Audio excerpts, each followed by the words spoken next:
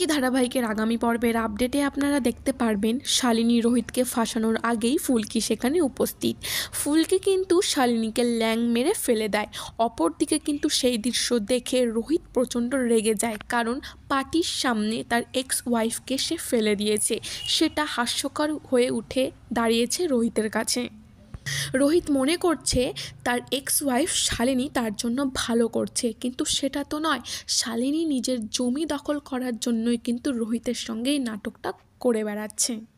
ফুলকি কিন্তু সেটা বুঝতেই পেরেছে শালিনী কখনো রোহিতের ভালো করতে পারে না। সেই জন্যই কিন্তু পার্টিতে রোহিতকে কাছাকাছি আনার চেষ্টা করে শালিনী। তার আগে কিন্তু ফুলকি এসে শালিনীকে ল্যাং মেরে ফেলে দেয়। রোহিতের কাছে যখন ফুলকি উপস্থিত হয়ে যায়, রোহিত কিন্তু প্রচণ্ড রেগে গিয়ে পার্টিতেই সকলের সামনে ফুলকিকে চড় মেরে বসে। তাহলে এই ঘটনায় ফুলকির মনে কী প্রভাব ফেলবে? আপনাদের কি মত অবশ্যই জানাতে